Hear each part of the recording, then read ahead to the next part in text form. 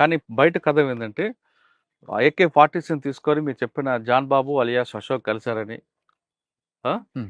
అక్కడ మీకు ఇప్పుడు చెప్పిన ఏ ఆఫీసర్ ఉన్నారో ఆ ఆఫీసర్ తన ఇన్ఫార్మర్ ద్వారా మీకు గ్రిప్‌లోకి తీసుకొని హ్మ్. మిమ్మల్ని ఎస్కేప్ చేయించి హ్మ్. హ్మ్. అక్కడ ముగ్గురు ఎన్‌కౌంటర్ చంపి తర్వాత మిమ్మల్ని సరెండర్ చేసి అప్పుడున్న నాగేందర్ కుమార్ ఎస్పీ గారి ముందు మిమ్మల్ని సార్ ప్రొడ్యూస్ చేశారని. ఒక్క విషయం, నేను పోలీసులతోని మిలాఖాతే ఎన్కౌంటర్ చేస్తే నన్ను 10 సంవత్సరాలు జైలు పెట్టాల్సిన అవసరం ఏముంది? కనీసం ఆ కేసు ఉంది కదా. ఏ కేసు సరే కేసు ఉన్నా కూడా ఇప్పుడు నా కుటుంబ పరిస్థితి ఎట్లా ఉంది కొంచెం ఆలోచించాలి. సరే ఇప్పుడు చాలా రకాలుగా ఎలిగేషన్స్ వస్తూ ఉంటాయి. ఇప్పుడు అంతమంది చనిపోయి ఈయన ఎట్లా దొరికి ఈయన ఒక్కడు ఎట్లా మిస్ అయ్యిండు అదే వస్తుంది. క్వశ్చన్ వాడదంటున్నారు. తప్పుడు సమాచారం అది. ఇప్పుడు పార్టీ పబ్లిక్ కూడా ఏమంటుందంటే విక్రమ్ అనే వ్యక్తి కావాలని పోలీసు కోవట్టుగా మారి పార్టీకి నష్టం చేకూర్చాడు. ఇంతమంది ఇంత పెద్ద ఎన్కౌంటర్లో విక్రమ్ ఒక్కడే ఎలా బయటపడతాడు అనేది పార్టీ కూడా. విక్రమ్ కు ఆ ఒక ఎన్కౌంటర్ కాదు కదా, చాలా ఎన్కౌంటర్ తప్పించుకున్న విషయం పార్టీ కూడా తెలుసు. కానీ పార్టీకి ఇచ్చిన సమాచారం తప్పుడు సమాచారం అది. అయిండొచ్చు. అది నేను నేను నేను చెప్తున్నా కదా సార్, చాలా చెప్తున్నా. పార్టీకి కొన్ని విషయాలల్లో సమాచారము కరెక్ట్ పోద్ది, కొన్నిసార్లు ఏంటంటే వేరే వాళ్ళ ప్రచారం దుష్ప్రచారం తోటి సమాచారం పోద్ది. ఇదే కరెక్ట్ అనుకొని వాళ్ళు సరే స్టేట్మెంట్ ఇచ్చారు, నేను కూడా చూసిన. కానీ అది ఫాల్స్ స్టేట్మెంట్, అది ఇంకోటి తప్పుడు సమాచారం అది. అది మీరు అన్నట్లుగా ఒకవేళ ఆ పోలీసులు కలిసి ఉంటే మీరు కొండల్లో గుట్టల్లో ఎందుకు ఉంటారు? హాయిగా సిటీలో ఉండేవారు కదా వాళ్ళు ఇచ్చే డబ్బులు తీసుకొని. మరి నీళ్లు దొరకకు మాట చెప్తున్నా సార్, నేను 4 days నీళ్ళు దొరకకుంటే నా టాయిలెట్ నేను తాగిన. ఇప్పుడు ఎన్కౌంటర్ అయితే పోలీసు వాళ్ళు మరి నన్ను ఇంకా ఎక్కడో తీసుకుపోయి అంటే సరే రాలేదు దొరకలేదు ఇంకా అని చెప్పి ఎక్కడో పెట్టవచ్చు కదా. 10 సంవత్సరాలు జైల్లో పెట్టిన లైఫ్ అంతా ఎందుకు ఎందుకు అంటే నేను ఎందుకు స్మార్ట్ చేస్తారు వాళ్ళు కూడా. తప్పుడు సమాచారం. ఇప్పుడు చెప్తున్నా కదా, కొన్ని విషయాల్లో పార్టీ కూడా మా మిత్రులను కూడా చంపేసిన సంఘటనలు ఉన్నాయి. ఇప్పుడు ఇన్ఫార్మర్ అని చెప్పేసి పార్టీకి ఎవరైతే సహకరిస్తారో అతనే ఇన్ఫార్మర్ అని ఎవడో చెప్తే చంపేసిన వాళ్ళు చాలా మంది, అట్లా పార్టీ చంపేసింది అట్లా. మరి తర్వాత తెలుసుకుంది కదా పార్టీ. ఇప్పుడు వీరయ్య సార్ ఉన్నాడు ఇక్కడ. వీరయ్య సార్ అని ఒక టీచర్ ఉండే, టీచర్ ఇక్కడ ఉండే మననూరు, అది ఒటోళ్ళపల్లి. అతను పార్టీకి చాలా పనిచేసిండు. అని పార్టీకి చాలా అంటే ఆయన కనీసం 20 సంవత్సరాలు పార్టీ కోసం పనిచేసిండు, అంటే బయట ఉండి పనిచేసిండు. అక్కడ సుదర్శన్ అనే జిల్లా కౌంట్ మెంబరు ఎన్కౌంటర్లో ఆయన దొరికిండు, అలా వాళ్ళ ఇంటి దగ్గర దొరికిండు అని ఆయన తీసుకుపోయి ఎన్కౌంటర్ చేశారు సుదర్శన్ అన్నని. మరి దొరికింది ఎవరి వీరయ్య సార్ ఇంటి దగ్గర దొరికిర్రు. మరి వీరయ్య సారే అంటే ఆయననే బాధ్యుడు అవుతాడా? కాదు కదా. ఎట్లా విశ్లేషించాలి కదా, ఎంక్వైరీ చేయాలి కదా. వీరయ్య సార్ తీసుకుపోయి ఆయన కూర్చోబెట్టి కొడితే ఆయన ఒకటే, 20 సంవత్సరాలు పనిచేసిన పార్టీకి ఏ రోజు ద్రోహం చేయలేదు, ఏ రోజు ఇన్ఫార్మర్ చేయలేదు.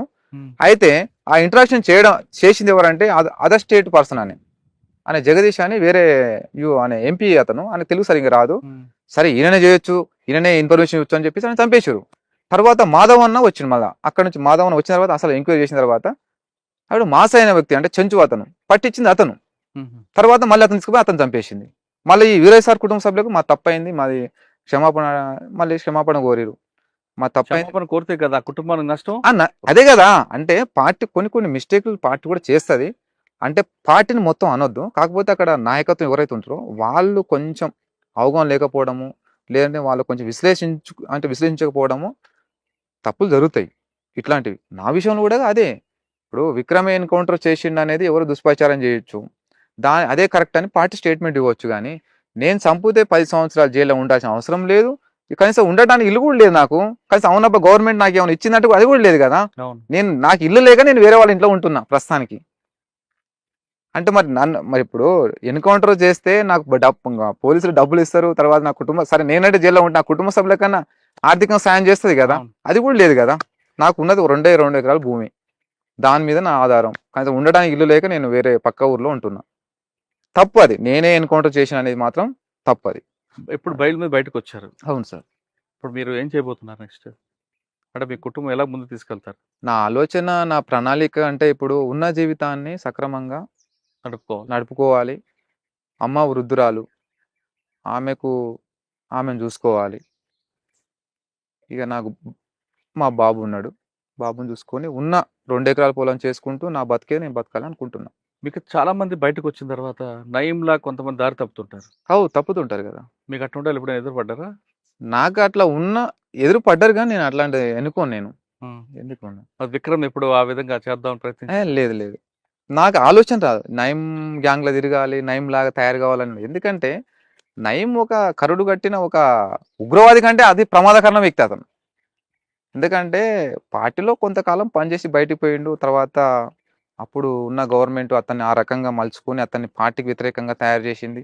పార్టీని పెద్ద నష్టం చేసిండు. తర్వాత గవర్నమెంట్ అతన్ని ఎన్కౌంటర్ చేసింది. మీకు ఎప్పుడైనా ఎదురుపడ్డాడా నయీం? ఎదురుపడ్డాడంటే ఇప్పుడు మా కోసం తిరిగేవాడు. మేము ఆయన కోసం తిరిగేటోళ్ళం చంపాలని. ఉమ్. చాలాసార్లు ఇదే రోడ్డుకు చాలాసార్లు వచ్చి కూర్చునేది. కానీ దొరకకపోయేది. అసలు నయీం చంపడానికి ప్లాన్ చేశారు ఇక్కడ. చేసాం. దొరికితే చంపేసేవాళ్ళం. మరి ఎందుకు మీకు మిస్ అయ్యాడు? ఎలా? అంటే అతనికున్న నెట్వర్క్ అట్లా ఉండే. మాకేందంటే మాకు గ్రామాల నుంచే మాకు కొంత అంటే గ్రామాల నుంచి కొంత సమాచారం ఉండేది. కానీ పర్టికులర్‌గా అనేది మాకు సమాచారం లేకపోవడం వల్ల అతన్ని మేము కొట్టలేకపోయినాం. కరెక్ట్‌గా మాకు సమాచారం ఉంటే కొట్టేస్తుండే. ఎప్పుడు ఒక సంగతి చెప్పండి, ఆయన వస్తాడని వెయిట్ చేస్తాం. ఇక్కడ ఒటోలపల్లె ఉంది గదా! హ్మ్. ఒటోలపల్లె అనే అంటే 1 మంత్‌కి ఒకసారి అక్కడికి వస్తాడు. అతనికి సంబంధించిన మనుషులను అక్కడ పిలిపించుకొని అక్కడ మాట్లాడతాడన్నమాట. అట్లా మేము ప్లాటూన్ ఎళ్ళినాము. కానీ 2 డేస్ మేము ఆయన కోసం సాంబశివుడు గూడా ఉన్నాడప్పుడు. మేము టీమ్ వెళ్ళి అక్కడ అంబుష్ చేసినాం అతని కోసం. అక్కడ వచ్చి అక్కడ వెహికల్స్ ఎక్కడ ఆగుతది ఏందని చూస్తే రాలేదు ఆ టైంలో. దొరకలే. దొరికితే కొట్టేసేవాళ్ళం. మొత్తం మీ సర్వీస్‌లో, పార్టీలో ఉన్న టైంలో హ్మ్. మీకు బాగా నచ్చిన పోలీస్ ఆఫీసర్ చెప్పండి. ఇబ్బంది పెట్టే ఆఫీసర్ ఎవరు? మిమ్మల్ని అర్థం చేసుకొని మీకు ఆదరించే ఆఫీసర్ ఎవరు? సార్ నాకు తెలిసిన ఆఫీసర్‌లలో అంటే నాకు హెల్ప్ చేసిన ఆఫీసర్ సార్. సరే పోలీసులు అనంగానే అందరూ శత్రువులైతే అవును. కాదు. అందరూ అందులో మంచోళ్ళే. మంచి వాళ్ళుంటారు. కొంత వాళ్ళకి నచ్చినట్టుగా వాళ్ళ మాన్యువల్ ప్రకారం పోవాలనుకునే వాళ్ళుంటారు. కొందరేమో ఉదారవాదం అవును. అందరూ గూడా అట్లా ఉండరు. హ్మ్. ఎందుకనాలిగా సార్ నేను జైల్‌లో ఉన్నప్పుడు చెర్లపల్లి జైల్‌లో నేను లైవ్ బడి నేను ఉన్నా. దగ్గర దగ్గర 7, 8 సంవత్సరాల తర్వాత 8 సంవత్సరాల తర్వాత అసలు నా భార్య పిల్లలు గాని, మా అమ్మ గాని కనీసం బతకలేని పరిస్థితి.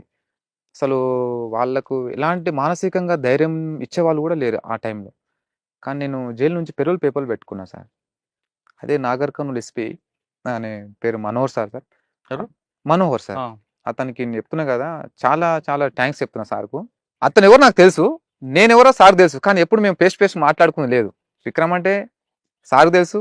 సరే మనోహర్ సార్ అంటే నాకు తెలుసు. కానీ ఏ రోజు మేము వ్యక్తిగతంగా ఎదురుపడి మాట్లాడుకుంది లేదు. అదే విషయం ఏందంటే మా కుటుంబ సభ్యులు పిఎస్‌కు పేపర్‌లు పెడితే వీళ్ళు చేయనన్నారు పోలీసోళ్ళు. SI, CI చేయనన్నారు. ఉంటారు గదా! ఊర్లో కొంచెం ఒకరిద్దరు చోటబోటే చిన్న చిన్న లీడర్లుంటారు గదా! మనమంటే అంటే పార్టీ అంటే పడని వాళ్ళుంటారు గదా! హ్మ్. ప్రజా వ్యతిరేకులు.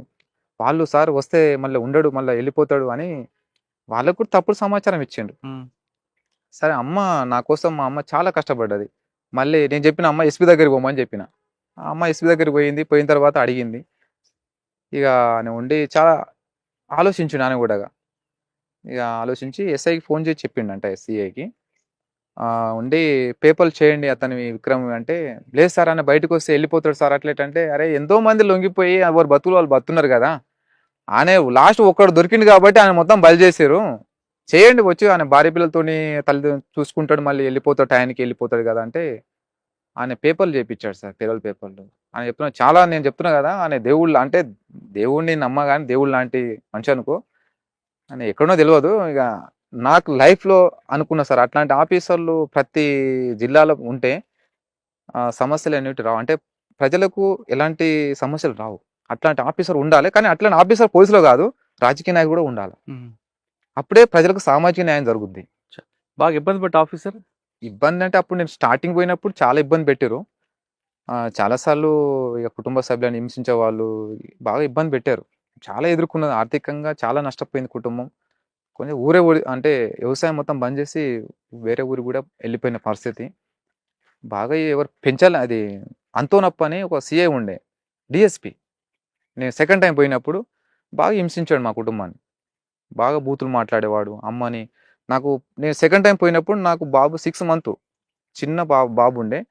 ఇగ బాగా వర్షం వస్తున్నా గూడాగా ఇంటికాడ నుంచి తీసుకుపోయి స్టేషన్‌లో కూర్చోబెట్టి మా బాబుకు జ్వరం వచ్చినా గూడాగా వదలకుండా బాగా బూతులు తిట్టి బాగా ఇబ్బంది పెట్టిండు కుటుంబాన్ని. మనోహర్ లాంటి వాళ్ళు మంచి వాళ్ళున్నారు. అవును. ఆంటోనపల్లి వాళ్ళు చెడ్డవాళ్ళు. చెడ్డవాళ్ళున్నారు. అతను గూడా ఏం చెడ్డవాడు గాదు. ఆయన ధర్మం అంతే. ఆయన వృత్తిరీత్యా ఆయన అట్లా చేస్తున్నాడు అంతే. హ్మ్. చేసిండంతే. కానీ ఎవరు గూడాగా నక్సలైట్లంటే చంపాలి, వాళ్ళని హింసించాలని ఎవరికి ఉండదు. కొంత ఉంటది. ఓకే. చివరగా చెప్పండి. పార్టీ ఒకప్పుడు పట్టున్న నల్లమల ఏరియాలో హ్మ్. ఇక్కడ నుంచి ఏఓబీకి వెళ్ళడానికి ప్రధాన కారణం ఏమనుకోవచ్చు? అంటే ప్రజల నుంచి సహకారం దూరమైందా? ప్రజల నుంచి సహకారం దూరం గాలేదు. పార్టీ దానికి అయితే ఇక్కడ పార్టీ బలంగా ఉన్నప్పుడు కానీ తర్వాత బలహీన అయినప్పటికీ కానీ అసలు పార్టీ ఇక్కడ నుంచి వెళ్ళిపోవటానికి కొన్ని కారణాలు ఉన్నాయి. ఎందుకంటే ప్రజల ఆదరణ ఉన్నాయి సార్. కాకపోతే ప్రజలకు నాయకత్వం వహించి వాళ్ళని ఉద్యమాల వైపు నడిపించలేకపోవడమే పార్టీ నష్టపోయింది. అచ్చా, నాయకత్వ లోపం. నాయకత్వం లోపం ఒకటి, తర్వాత ప్రజల్ని పోరాటాల వైపు నడిపించలేదు. ప్రతిదీ పార్టీ చేసింది. ఏదైనా ఒక యాక్షన్ చేయాలంటే పార్టీ చేసింది, ఏదైనా ఒక స్టేట్మెంట్ ఇవ్వాలంటే పార్టీ చేసింది. కానీ ప్రజల సమస్యల మీద, ప్రజల హక్కుల మీద, ప్రజల్ని ఉద్యమాల వైపు కానీ తర్వాత కొన్ని పోరాటాల వైపు కానీ నడిపించలేకపోయింది పార్టీ. కాబట్టి ఏంటంటే ఆ ప్రజలు కూడా పార్టీకి దూరం అయిపోయినారు. ఇప్పుడు ప్రజల్ని ఉద్యమాల వైపు నడిపించి పోరాటాల వైపు నడిపిస్తేనే ప్రజలు ఉద్యమంలోకి వస్తారు, వాళ్ళు మరింత పోరాడతారు. కానీ అట్లాంటిది ఏం చేయలేదు, అంటే చేయలేక పోయింది పార్టీ. కానీ పార్టీలో వెళ్ళి ప్రజల కోసం పోరాటాలు చేసిన విక్రమ్కి ఎదురైన కష్టాలు ఏంటి? నాకు ఎదురైన కష్టం ఎప్పుడు అంటే, నాకు కష్టం అంటే నాకు అంత కష్టం వచ్చినా నేను అంత ఏం బాధపడను. నాకు భయం అంటూ కూడా ఏం తెలియదు నాకు ఇంతవరకు. కష్టం అంటూ ఏ రోజు కష్టం అని కూడా ఎప్పుడు నేను అనుకోలే పార్టీలో. పార్టీలో ఉన్నప్పుడు కూడా చాలా పార్టీ ఏ పని అప్పచెప్పినా కూడా నేను ఎంత రిస్క్ ఉన్నా కూడా నేను వెళ్ళి పని చేసుకొచ్చేది పార్టీలో. పార్టీ కంటే కూడా నేను చాలా నమ్మకం పార్టీకి. కానీ పార్టీలో మీకు కష్టాలు ఎదురవలేదు? కష్టాలే ఉంటాయి, అంటే నాకు కష్టం అనిపిస్తలేదు. ఎందుకంటే నేను ఇష్టంతో ఎన్నుకున్న మార్గం కూడా నాకు కష్టం కాదు. అది ఇష్టపడి లోపలికి వెళ్ళారు కూడా, కష్టం కూడా అదే కదా. ఇప్పుడు మీరు అడిగేది ఏంటంటే, ఇప్పుడు కష్టం ఎప్పుడు ఎదురగాలంటే మేము ఉన్నదే కష్టం, అంటే మీ ఇష్టం కష్టాలని మేము ఇష్టంతోనే స్వీకరించినాం. అది మాకు కష్టం అనిపించదు కదా. అవును, అది మాకు ఎంత పెద్ద కష్టం ఉన్నా అది మాకు తక్కువనే. అది ఎందుకంటే అది మేము ఎన్నుకున్న మార్గం అట్లాంటిది కాబట్టి అది సహజమే.